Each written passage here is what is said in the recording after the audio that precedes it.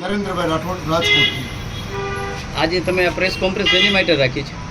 આજે ખરેખર તો દુઃખદ ઘટના જે રાજકોટની અંદર જે બની છે, જે ટીઆરપી ગેમ ઝોનની અંદર જે મૃતકોના જે મૃત્યુ થયા છે, જે નિર્દોષ લોકોના, તે નિમિત્તે શ્રદ્ધાંજલિ અર્પિત કરવા માટે આ મીડિયા કોન્ફરન્સ મેળવી છે। આપ કેની વિરુદ્ધ બોલવા માંગો છો? કહેવાનું તો સાહેબ મારે એટલું બધું છે કે મારી પાસે એની કોઈ સીમા નથી, એટલું બધું કહેવાનું છે તે ભ્રષ્ટાચાર વિશે। કારણ કે અત્યારે જે રાજકોટની અંદર જે ભ્રષ્ટાચાર થયો છે તેના વિશે આજે પૂરું ભારત હલબલી ગયું છે, તેટલો ભ્રષ્ટાચાર આ રાજકોટની અંદર થયો છે। આજ આપ જાણો છો કે આજે આ ટીઆરપી ગેમ ઝોનની અંદર જે મૃતકોના જે મૃત્યુ થયા છે તેના વિશે આપ જાણો છો કે નિર્દોષ લોકોના જે મૃત્યુ છે, જ્યારે આઈપીએસ આઈએસ અધિકારીઓ એમની અંદર જે ઉદ્ઘાટન પ્રસંગે જો જતા હોય અને ત્યાં એનઓસી ન હોય તેવા પ્રસંગે લોકો જઈ અને ત્યાં એવા અધિકારીઓ ફૂલ લે અને ત્યાં જમવાના આયોજન કરે અને ખૂબ પૈસા ખીચા ભરે પૈસાના, એવું કાર્ય આ રાજકોટની અંદર થયું છે।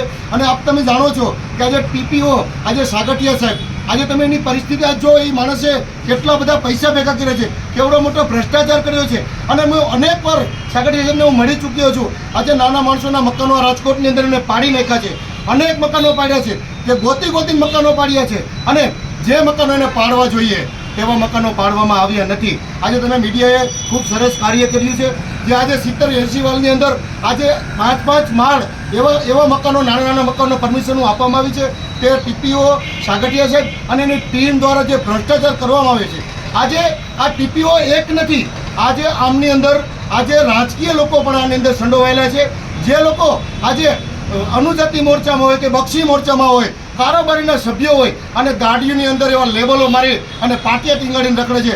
હું તો એને એવું કહેવા માગું છું કે આજે તમારે ડૂબી મરવું જોઈએ। કારણ કે આ જે તો ક્યાંક ને ક્યાંક આપ પણ ભાજપમાં સંકળાયેલા છો, આપ ભાજપના સક્રિય કાર્યકર છો, તો આપને પક્ષ તરફથી કાંઈ વાંધો નહીં પડે?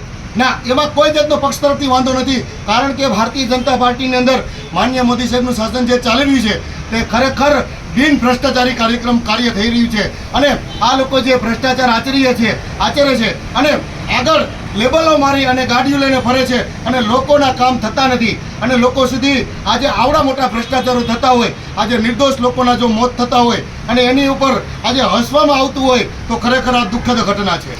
તો ક્યાંકનો ક્યાંક આઈપીએસ ને આઈએસ અધિકારીઓની બદલી કરી, એમાં હજી અધિકારીઓની બદલી કરવી હોય એવી જરૂરી છે?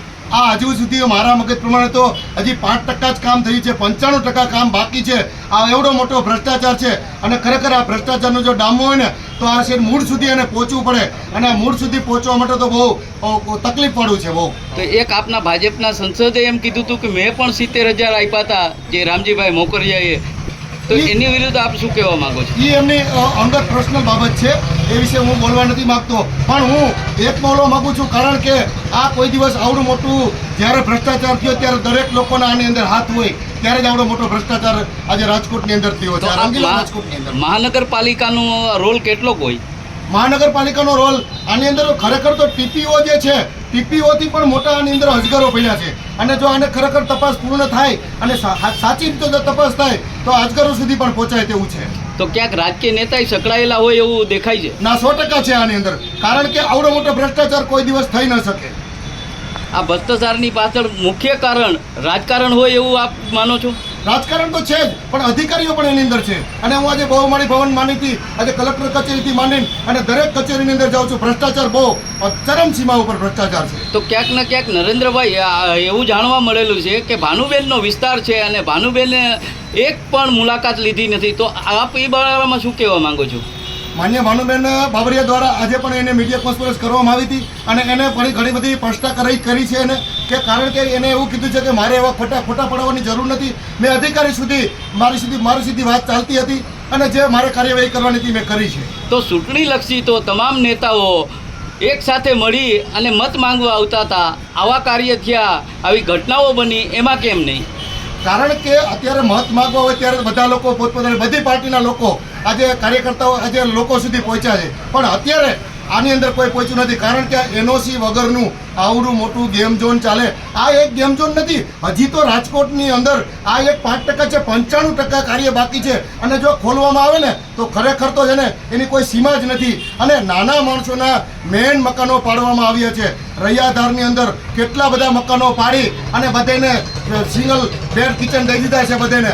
અને એની અંદર પણ એવડી મોટી તકલીફ છે, કારણ કે એની ઉપર પાણીની વ્યવસ્થા નથી, કોઈ કચરાની વ્યવસ્થા નથી, લિફ્ટની વ્યવસ્થા નથી, અને ખૂબ અત્યારે લોકો એની અંદર પણ ખૂબ દુઃખી છે. તો પીપી યોજના જે તમારા સરકારે બહાર પાડી છે તેમાં મોટો ભ્રષ્ટાચાર હોય એવું તમને દેખાય છે? કે આપ જાણો જ છો સાગરિયા સાહેબે, ઘણી બધી આજે દલિતો રહેતા હોય કે SC OBCના લોકો રહેતા હોય તેવા વિસ્તારોની અંદર આજે PPP યોજનાઓ ચાય કરીને ત્યાં મંજૂર કરી અને તે લોકોને ત્યાંથી નીકાળી અને PPP યોજનાના નામે બિલ્ડરોને વેચી અને આવડો મોટો ભ્રષ્ટાચાર કર્યો છે. આપ પણ જાણો છો, એક પણ મકાનો રહેવા નથી દીધા. અને હવેથી જો મકાનો કોઈ નાના માણસોના પાડવામાં આવશે ત્યારે હું પણ રસ્તા ઉપર રહેશું.